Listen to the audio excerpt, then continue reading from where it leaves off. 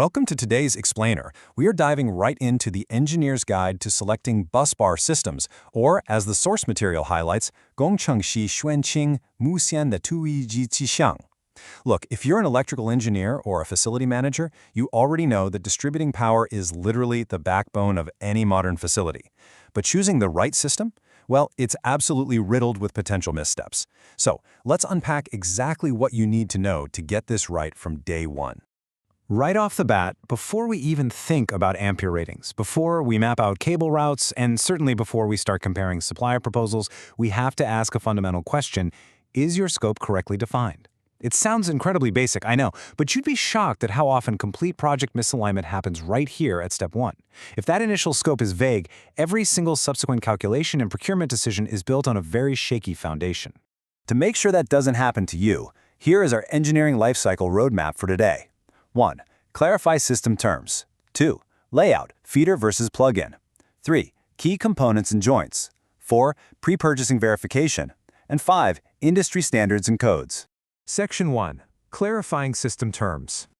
What's really interesting here is how simple the core definition actually is. At its heart, a busbar system is just a highly efficient, space-saving highway for electricity.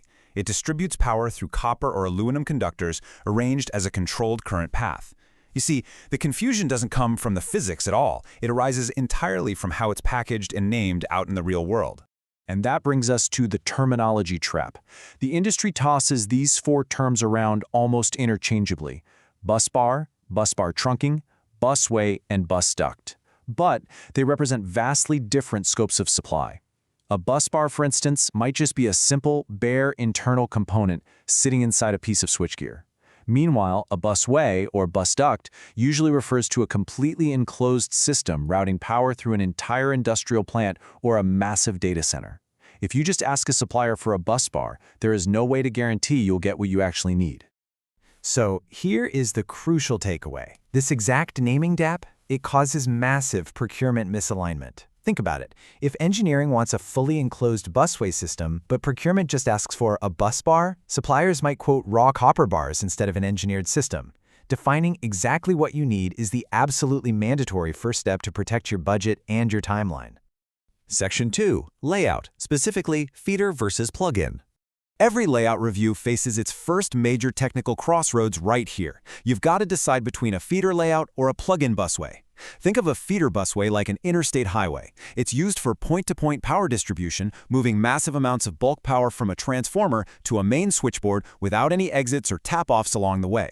A plug-in busway, on the other hand, is much more like a bustling city street. It has regular tap-off points, allowing you to distribute power locally along the run to individual server racks or movable factory machinery. This is the foundational decision you've got to nail down before anything else. Moving on to Section 3. Key components and joints. When evaluating these systems, always remember this quote: "The joint is the most critical installation interface." Why? Well, because where those busway sections meet is your absolute highest risk point. As electricity flows, the metals experience microscopic thermal expansion and contraction. Over time, if a joint isn't torqued perfectly, all that movement creates electrical resistance. That resistance creates heat, and excessive heat leads to short circuits, or worse, fires. It requires absolute pinpoint precision. Section 4. Pre-purchasing verification. Okay, before you even think about signing off on that PO, you must follow these verification steps. Step 1, confirm the exact terminology with your supplier. Step 2, finalize your layout type between feeder and plug-in. Step 3, rigorously review those joint specifications and installation tolerances. And Step 4, actually, this is the big one, verify your system beyond the simple catalog ampere rating. You have got to factor in operating temperatures, short circuit withstand ratings, and voltage drops. A successful procurement goes way, way beyond just picking a matching number out of a catalog. Finally, Section 5. Industry standards and codes. To really understand what top-tier compliance looks like, let's ground this in the real world with an industry benchmark: Shanghai Sinma Busway and Cable Tray Company. They provide essential infrastructure for incredibly demanding environments, like cloud data centers, rail transit systems, heavy industrial plants, and commercial buildings.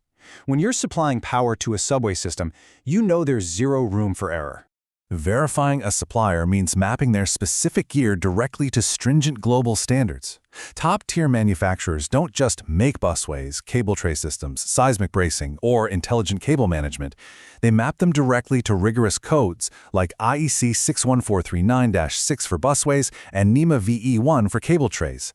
It's not just about a product turning on, it is about guaranteed safety under extreme, recognized testing conditions. So as we wrap up this explainer, I want to leave you with a provocative thought to carry into your next project. Are you truly specifying a complete, compliant, and robust system, or are you just checking an ampere box? By defining your scope, respecting those critical joints, and demanding strict code compliance, you elevate your infrastructure from a potential liability to a guaranteed asset. Thanks for exploring this with me today, and I'll catch you in the next explainer.